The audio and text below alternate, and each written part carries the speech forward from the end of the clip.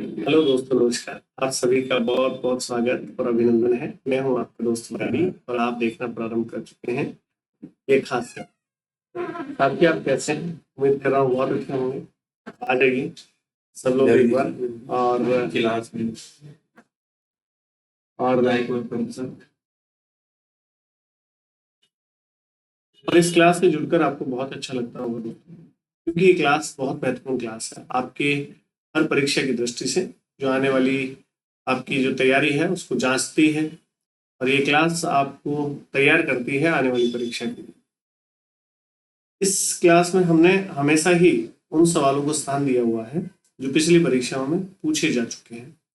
आगे भी हम वही प्रश्नों को यहाँ पर रख रहे हैं जो पिछली परीक्षाओं में या तो पूछे गए हैं या आने वाली परीक्षाओं के लिए संभावित प्रश्न हैं।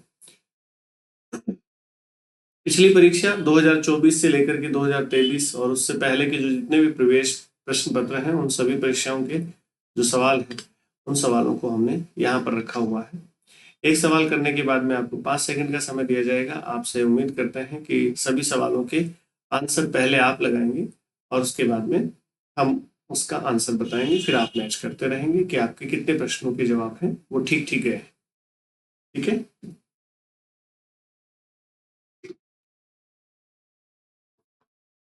चलिए दोस्तों शुरू करते हैं। आज की क्लास का पहला सवाल आपके स्क्रीन पर आने जा रहा है। सवाल को देखिएगा, उत्तर कीजिएगा। निम्नलिखित में से अंतिम घड़ियां गिनना मुहावरे का क्या तात्पर्य है? तो तात्पर्य का अर्थ होता है आज से। क्या होता है? आज से। देखिएगा, अंतिम घड़ियां गिनना मतलब आप वैसे ही किसी आदमी को जिसकी जो सांसें हैं वो पूरी होने वाली है तो आप कहते हो कि ये तो अंतिम घड़ियों में है।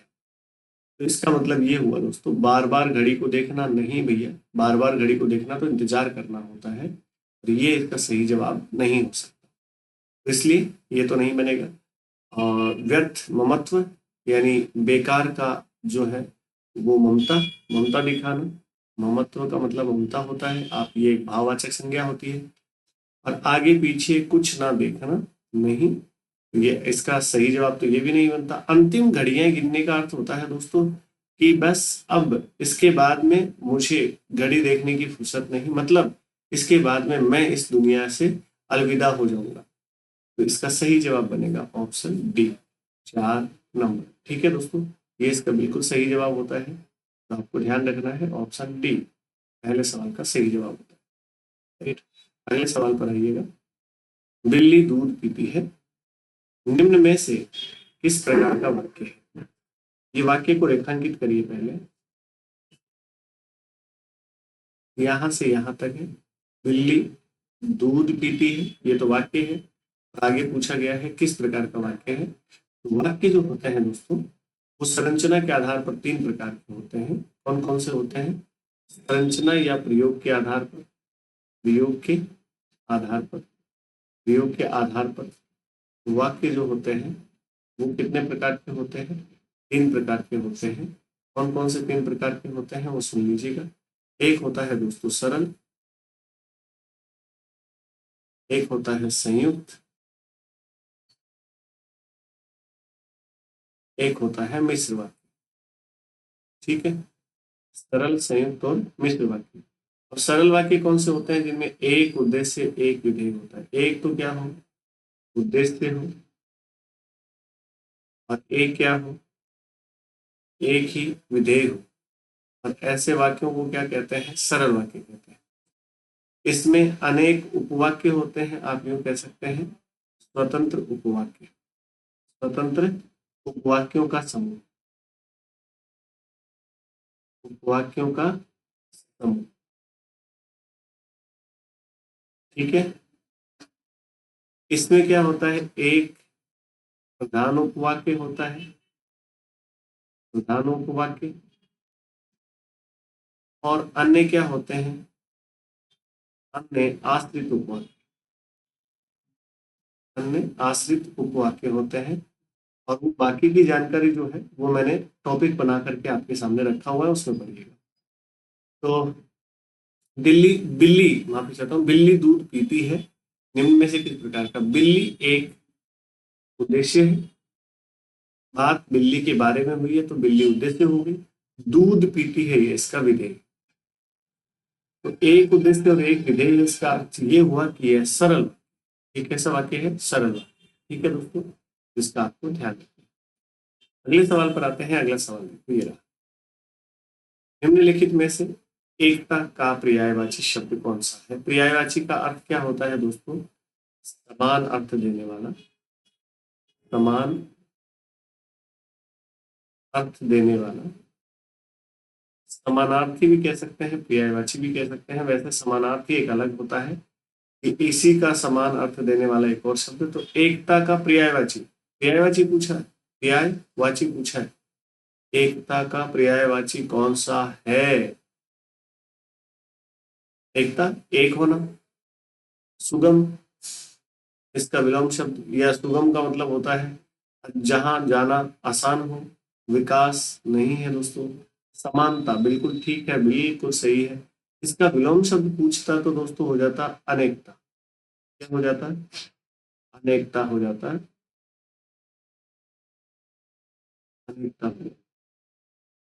ऐसा नहीं लिखेंगे आप अनेकता, ऐसे लिखेंगे अनेक। ठीक है, तो अनेकता हो जाता। ठीक है दोस्तों, ये बात आपको ध्यान रखना। लेकिन इसका जब क्या पूछा है आपको, जब आपको इसका पर्यायवाची पूछा है तो सही जवाब क्या बन जाएगा? समानता। एकता, एकता का मतलब एक होना। एक कौन हो सकते हैं? जिनके विचार समान होते हैं, जो समान रखते हैं किसी किसी भी क्षेत्र में, वो एक हो सकते हैं। तो इसका पर्यायवाची आपका क्या बनेगा? समानता बनेगा, सरलता भी नहीं बनेगा। ठीक है दोस्तों, अगले पॉइंट पर आते हैं। अगला सवाल ये देखिएगा। निम्न में से सिंह का पर्यायवाची शब्द क्या होगा? सिंह, सिंह को कैरी भी कहते हैं, सिंह को केसरी भी कहते हैं, सिंह को वनराज भी कहते हैं, सिंह को दोस्तों शेर भी कहते हैं, और सिंह तो है ही है। ठीक है, तो आप इसका सही जवाब क्या ढूंढेंगे? इनमें से कोई सा है क्या? केसरी मिल गया आपको, पहले ही विकल्प में क्या मिल गया? केसरी। मरीची, मरीची नहीं है दोस्तों। हेम, हेम किरण का है। उरग सांप का है। उरग किसका पर्यायवाची है? सांप का। हेम, हेम किरण का पर्यायवाची, किरण का पर्यायवाची। ठीक है दोस्तों, मरीची भी किसका पर्यायवाची है? किरण का पर्यायवाची है दोस्तों। तो ये आपको ध्यान रखना है। हेम वैसे सोने को भी कहते हैं, इसको भी कहते हैं, सोने को भी कहते हैं। ठीक है, ध्यान दीजिएगा दोस्तों। उरग, उरग किसका पर्यायवाची है? सांप का या सर्प का। ये भी बहुत इंपॉर्टेंट सवाल बनता है। इसका उर और ग, अगर इसको अलग अलग करोगे, उर यानी हृदय होता है और ग यानी गमन करना होता है। यानी जो हृदय के बल पर गमन करता है, जो हृदय के बल पर गमन करता है, जो पेट से चलता है, उसको कहते हैं उरग। और पेट से चलता कौन है दोस्तों? सामान्यतः सांप। इसलिए इसका सही जो पर्यायवाची है वो उरग भी होता है। लेकिन इस सवाल में सिंह का पर्यायवाची पूछा है, तो इस सवाल का सही जवाब आपका बनेगा केसरी, ऑप्शन ए। ठीक है, यहाँ देखिए, नरोत्तम शब्द का निम्न में से कौन सा सही संधि विच्छेद है? नरोत्तम, नरोत्तम, पहले तो आपको नरों में है जो उत्तम, इसमें एक समास बता देता हूँ। संधि तो ठीक आपको पूछी जाएगी। नरों में, नरों में है जो उत्तम, नरोत्तम, ये आपका समास हो गया कर्मधारय। क्या हो गया? कर्मधारय। ठीक है, नरों में है जो उत्तम। एक जो है आपकी विशेषण और विशेष्य का, विशेष्य और विशेषण का प्रयोग हुआ है, इसलिए कर्मधारय। नरों में है जो उत्तम। ठीक है, तो ये हो गया कर्मधारय। और इसमें जो संधि है वो है नर धन उत्तम। पहले तो अ है और बाद में उ है। अ और उ मिलते हैं दोस्तों तो हो जाता है ओ। और फिर देखना, न का तो न रह गया, र में कौन जुड़ गया? ओ जुड़ गया, तो रो हो गया। और फिर यहाँ पर तम बचा था तो तम लिख दिया, और नरोत्तम। लेकिन ऐसा होता है दोस्तों गुण स्वर संधि, कौन सी संधि में? गुण स्वर संधि में होता है, तो इस बात का भी आपको ध्यान रखना, ठीक है। गुण स्वर, इसका मतलब यह है जो उदाहरण है आपका, वो गुण स्वर संधि का उदाहरण, ठीक है। क्या देखें, निम्न में से धवन का संधि विच्छेद, संधि विच्छेद फिर से आ गया है, तो बहुत अच्छी बात है भाई। संधि तो बहुत अच्छी है हमारी, संधि तो हम कर ही लेंगे ना। आप करके बताइए मुझे 1 मिनट।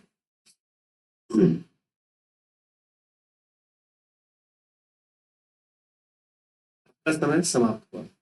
देखिएगा, धवन धवन लिखा हुआ है, तो आपको मैंने पहले भी बताया था जब संधि पढ़ाई कि अब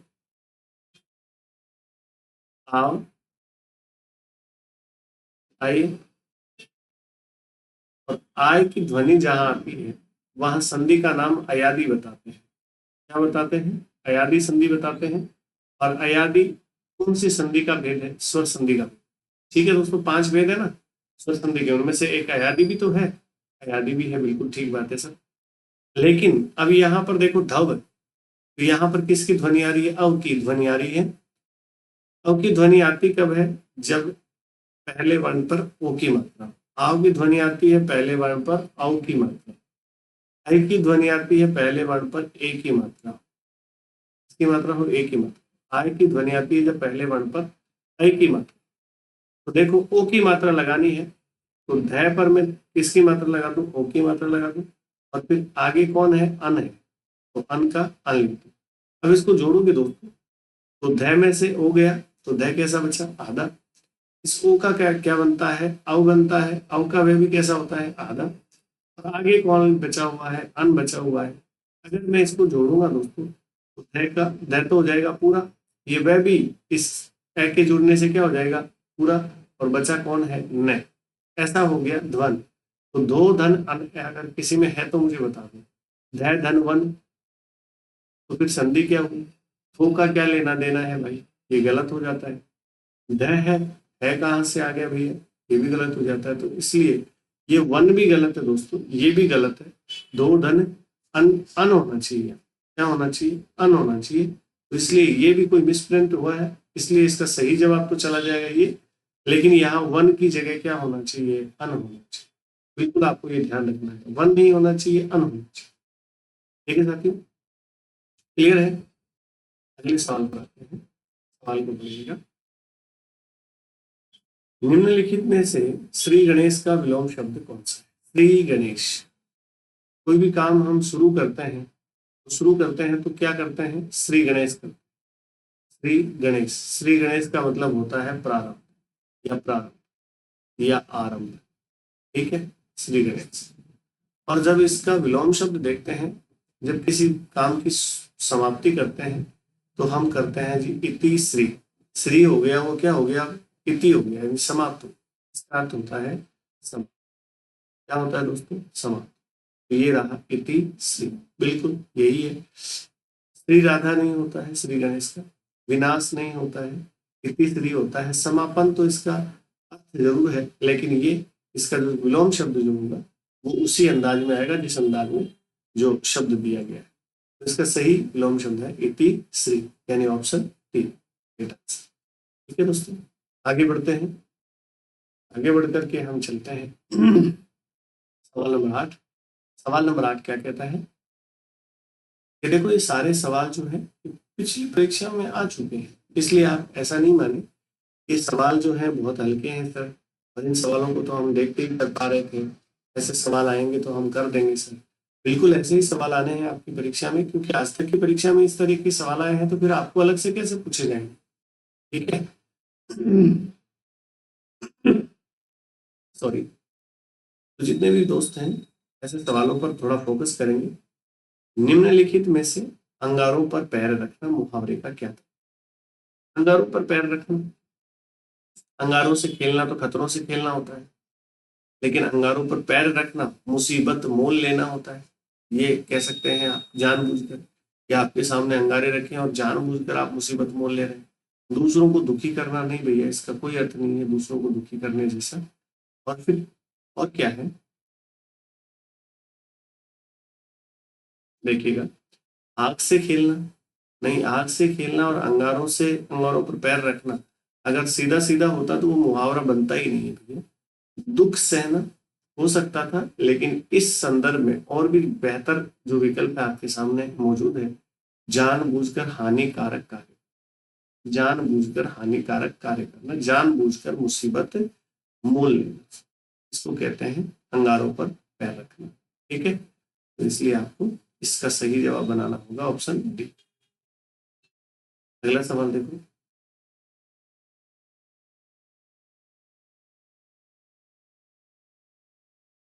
देखिएगा, निम्नलिखित में से किला का पर्यायवाची शब्द कौन सा है? किला,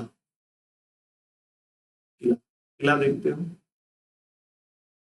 जो चारों ओर से बख्तरबंद होता है, क्या होता है? बख्तर,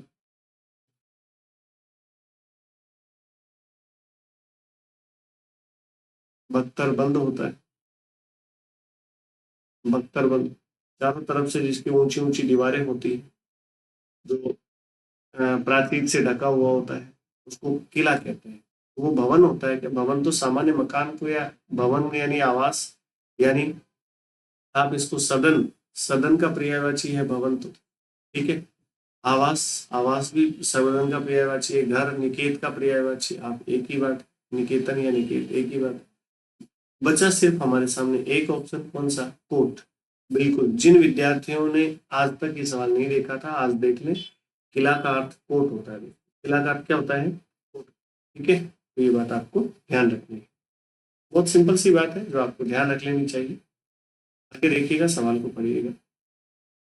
निम्नलिखित वाक्यों में से कौन सा वाक्य शुद्ध है? निम्नलिखित वाक्यों में से कौन सा वाक्य शुद्ध है? शुद्ध वाक्य पूछा है, तो शुद्ध वाक्य को पहचान लेंगे भैया।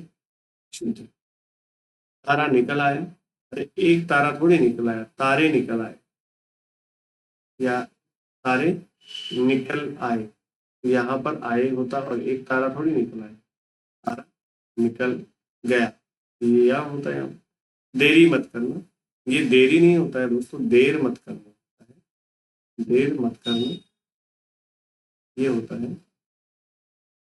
ठीक है, तुम्हारे सारे काम गलत होते हैं, ये मुझे ठीक ठीक लग रहा है, बिल्कुल ठीक है। तुम्हारे सारे काम गलत लग होते हैं, बिल्कुल ये ठीक है, अभी तक मुझे ठीक लग रहा है। विकल्प 4 और पढ़ेंगे। तालाब के अंदर छोटा सा मंदिर, तालाब के अंदर नहीं होता है दोस्तों मंदिर, तालाब के किनारे, तालाब के किनारे छोटा सा मंदिर है, किनारे छोटा सा मंदिर। ध्यान रखेंगे, यहाँ पर जो आपको सही विकल्प छांटना है वो कौन सा छांटेंगे? Option 3 number छांटेंगे। ठीक है, तुम्हारे सारे काम गलत होते हैं। ठीक है दोस्तों, हम बढ़ते हैं आगे। देखिए, सवाल नंबर क्या, निम्न में से कनक का अनेकार्थक शब्द क्या होगा? अनेकार्थक, समानार्थक, अनेकार्थक अलग होता है, यानी एक ही शब्द के कई अर्थ होते हैं। जैसे कनक को मैं अगर देखूं तो कनक का अर्थ होता है दोस्तों गेहूं, कनक का अर्थ होता है सोना, कनक का अर्थ होता है धतूरा, और यहाँ पर कनक का अर्थ दोस्तों होता है खजूर। क्या होता है? खजूर। तो यहाँ पर देखो, भाव कनक नहीं है, खजूर बिल्कुल सही विकल्प मिल जाता है। इज्जत इसका सही जवाब नहीं हो सकता है, और मान भी इसका सही जवाब नहीं हो सकता है, इसलिए सही जवाब आपको मिल गया है इस सवाल का। ऑप्शन 2 इसका बिल्कुल सही जवाब हो जाता है खजूर। ठीक है, तो बहुत सिंपल और अच्छा जवाब है, आपको पता हो जाना चाहिए कि कनक अनेकार्थी शब्द किसे कहते हैं? अनेक अर्थ देने वाला शब्द, अनेक अर्थ देने वाला शब्द क्या कहलाता है? अनेकार्थी शब्द कहलाता है। एक ही शब्द के कई अर्थ होते हैं, जैसे द्विज शब्द है दोस्तों, द्विज, द्विज के कई अर्थ होते हैं। द्विज का अर्थ ब्राह्मण होता है, ब्राह्मण होता है। द्विज का अर्थ हाथी होता है, द्विज का अर्थ पक्षी होता है। तो ये सब के सब द्विज का अर्थ ही है, ये सब के सब द्विज, ब्राह्मण भी लगाते हो, हाथी भी लगाते हो, पक्षी भी लगाते हो। ये आपको ध्यान रखना है। ठीक है, तो ये इस प्रकार से जो अनेकार्थी शब्द होते हैं, इस प्रकार से आपको ध्यान रखना। अगला सवाल देखिएगा, निम्नलिखित वाक्यों में से कौन सा वाक्य शुद्ध है? राम पूरी खाई, राम ने पूरी खाई, कारक चिन्ह संबंधी अशुद्धि है। कारक चिन्ह संबंधी क्या है? अशुद्धि है। ठीक है, मुझे अब जाना है, ये मुझे ठीक लग रहा है, मुझे अब जाना है। लड़का ने, लड़के ने, तो यहाँ वचन संबंधी अशुद्धि है। वचन संबंधी अशुद्धि है बेटा। वचन देखो, लड़का एक वचन है और ने कारक चिन्ह बहुवचन का कर रखा है। लड़के ने, लड़का ने नहीं, लड़के ने रोटी खाई। शुद्ध गाय का, यहाँ अकर्मत्व दोष है दोस्तों, अकर्मत्व दोष है। वाक्य में अकर्मत्व दोष क्या होता है? इनका क्रम बदल दिया गया है, गाय कर रखा है, गाय होना चाहिए, गाय का। और यहाँ देखो कि लिंग संबंधी दोष भी है, लिंग संबंधी दोष भी है इस वाक्य में। सर लिंग संबंधी दोष कैसे? देखो, गाय की नहीं, गाय का। घी, घी पुल्लिंग है कि स्त्रीलिंग है? घी खाया जाता है, खाई नहीं जाती, तो घी एक पुल्लिंग शब्द है, पुल्लिंग शब्द। ठीक है, कितना घी है, कितना, कितनी घी नहीं, कितना घी है, तो ये आप पुल्लिंग शब्द मानेंगे। और यहाँ पर कैसे होता है? गाय का शुद्ध घी लाओ, तो फिर ठीक हो जाता। ठीक है, लेकिन अभी तो गलत है, इसलिए मुझे तो इसमें विकल्प 2 ही बिल्कुल सही जवाब लग रहा है दोस्तों। Option 2 right answer. ठीक है, अगला सवाल देखो, कान में तेल डालना मुहावरे का, मुहावरों का उचित अर्थ। मुहावरों नहीं है, मुहावरे का। एक ही मुहावरा है तो बहुवचन कैसे किया? ये गलत हो जाता है। यहाँ देखिए, कान में तेल डालना, कान में तेल डालकर सो जाना, किसी की नहीं सुनी। गुस्सा होना नहीं, लाल या फिर इसको कहते हैं कि गर्म हो जाना नहीं, गुस्सा हो जाना। जानबूझकर हानिकारक कार्य करना है, तो ये थोड़ी देर पहले ही आया था, आग पर चलना या आग से खेलना, आग से खेलना। व्यान न देना, व्यान ये क्या होता है? ध्यान है दोस्तों, ये ध्यान नहीं है, ध्यान न देना। बिल्कुल ये सही जवाब हो जाता है इसका, ध्यान नहीं देना। मतलब आप किसी की बात को अनसुनी कर रहे हो या अनसुना, अनसुना करना। ठीक है, और भाग जाना 9 2 11 हो जाना होता है इसका, तो 9 2 11 हो जाना। मुहावरे का अर्थ क्या होता है? भाग जाना या भाग खड़ा होना। इसका सही जवाब बन जाता है आपका ऑप्शन 3। लेकिन थोड़ा सा यहाँ पर गौर कीजिएगा, यहाँ पर ज्ञान न देना नहीं, यहाँ पर होता है ध्यान न देना, किसी बात को नहीं सुनना, वो होता है कान में तेल डालना। महासे का संधि विच्छेद क्या? महाशय एक बेहतरीन शब्द, महाशय, महा धन आशय, यानी ऐसे आदमी को ही महाशय कहा जाना चाहिए जिसका आशय यानी जिसका अर्थ बड़ा। आशय का अर्थ होता है अर्थ। ठीक है, जिसका अर्थ ज्यादा हो, बड़ा हो, उसे ही क्या कहना चाहिए? महाशय कहना चाहिए। दोस्तों यहाँ पर आ है, आगे भी आ है, आ और आ से मिलकर क्या बनता है? आ बनता है। तो इस प्रकार से मैं और हा और से और ये शब्द बना महाशय। ये ऐसा होता है दोस्तों दीर्घ स्वर संधि। इसमें होता है दीर्घ स्वर संधि में होता है। तो एक तो आपको ये बात ध्यान रखनी है कि दीर्घ स्वर संधि का उदाहरण है महाशय। ठीक है, और ये कैसे बना है? ये देखो, इसमें हा में कौन है? आ है, और यहाँ आ पहले आ है, और इन दोनों को मिलाओगे तो क्या बनेगा? आ बनेगा। इसलिए आपने ये मैं रख लिया यहाँ पर, इस हा में से आ गया था तो हा कैसा रहा? आधा रहा, लेकिन सामने इस आ का और इस आ का क्या बना दिया? आ बना दिया। फिर सामने कौन बचा, स यह बचा। अब इनको सबको जोड़ोगे तो क्या बनेगा देखना, ये इसमें जोड़ दोगे तो मैं का मैं, और आ इस हमें जोड़ोगे तो सा, और स यह शब्द बन गया महाशय। ठीक है, ऐसा कौन सी संधि में होता है, दीर्घ स्वर संधि में। आगे देखिएगा, अगला सवाल देखिए, निम्नलिखित वाक्यों में से कौन सा वाक्य शुद्ध है। वाक्य शुद्धि के आए हैं, संधि के बहुत सारे सवाल आए हैं इसमें आज। बहुत बढ़िया बात है कि संधि को आगे रखा है। पुलिस ने चोर को आरोप लगाया। पुलिस ने चोर पर, कारक संबंधी अशुद्धि है, कैसी से, कारक संबंधी अशुद्धि है। ठीक है, ध्यान रखेंगे। बीमारों को अलग खिलाओ, 7 बैल को बेच दो, 7 बैलों को, यहाँ वचन संबंधी है।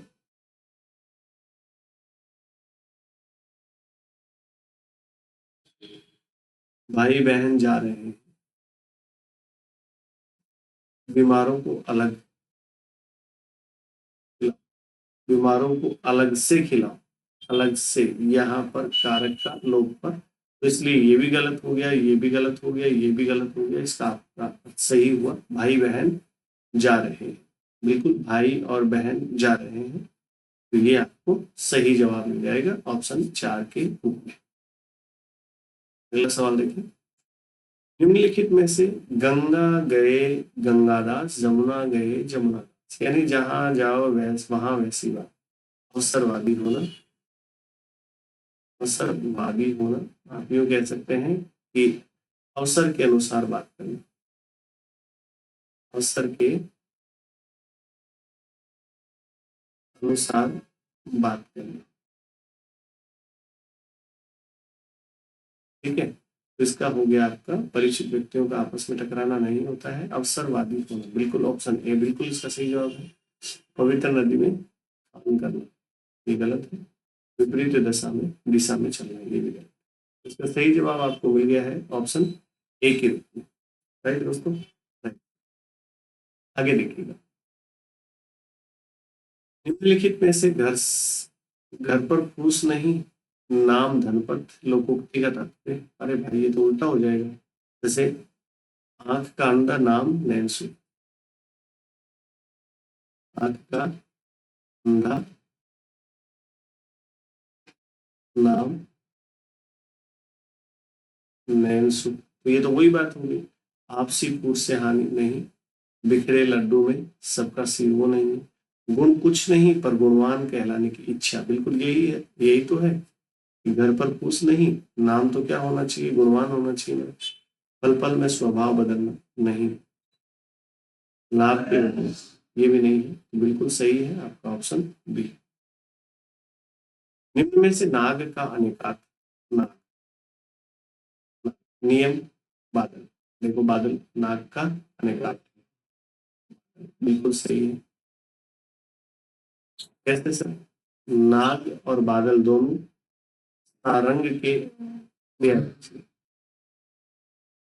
किसके पर्यायवाची है, सारंग शब्द के पर्यायवाची। ठीक है, जैसे कहावत आती है, सारंग ले सारंग चलो सारंग पूज्यो आए, जे सारंग सारंग कहे तो सारंग मुख हो जाए।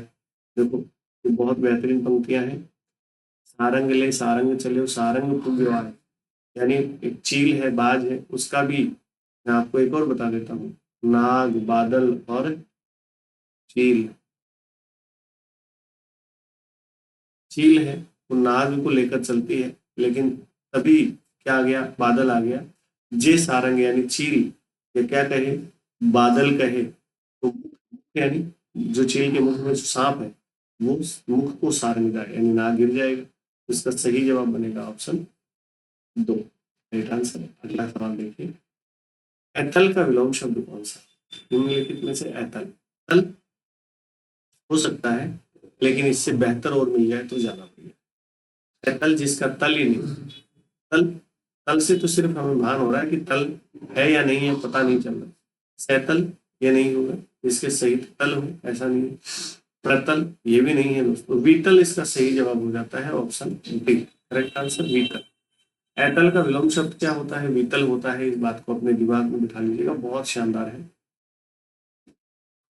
ऐतल का विलोम शब्द होता है वीतल। अब आपका कभी गलत नहीं होगा, ये विलोम शब्द बहुत बेहतरीन है। आज की क्लास का ये अंतिम सवाल है। पेड़ से आम टपका, इस वाक्य में कौन सा कार्य? से टपका तो दूर हुआ, और दूर होने की स्थिति में, यानी पृथक होने की स्थिति में जो आप कारक लगाते हैं वो कौन सा लगाते हैं? अपादान लगाते हैं, अपादान लगाते हैं। तो यहाँ पर अधिकरण है, करण तो इसमें है ही नहीं। उससे आ गया तो भी आप देखो, या तो क्या ढूंढोगे? करण ढूंढोगे, और ये क्या ढूंढोगे? या अपादान ढूंढोगे। अब इसमें करण चूंकि है नहीं, तो आपके पास में विकल्प ही एक ही बचता है, क्या? अपादान या अपादान। संप्रदान नहीं हो सकता और कर्म नहीं हो सकता। संप्रदान की जो विभक्ति होती है के लिए होती है, संप्रदान के लिए। कर्म की विभक्ति जो होती है या चिन्ह होता है वो को होता है, और अधिकरण का होता है या तो में या फिर पर। ठीक है दोस्तों, तो इसका सही जवाब आपका मिल जाएगा ऑप्शन 2। चलिए साथियों, आज की क्लास में हम इतना ही रखते हैं। ये बेहतरीन सवाल आपने किए हैं और बड़े ध्यान से किए हैं, और उम्मीद कर रहा हूँ कि सवाल आपके लिए बहुत यूजफुल होंगे। चलिए मिलते हैं अगली क्लास में, तब तक के लिए इजाजत दीजिए। नमस्कार।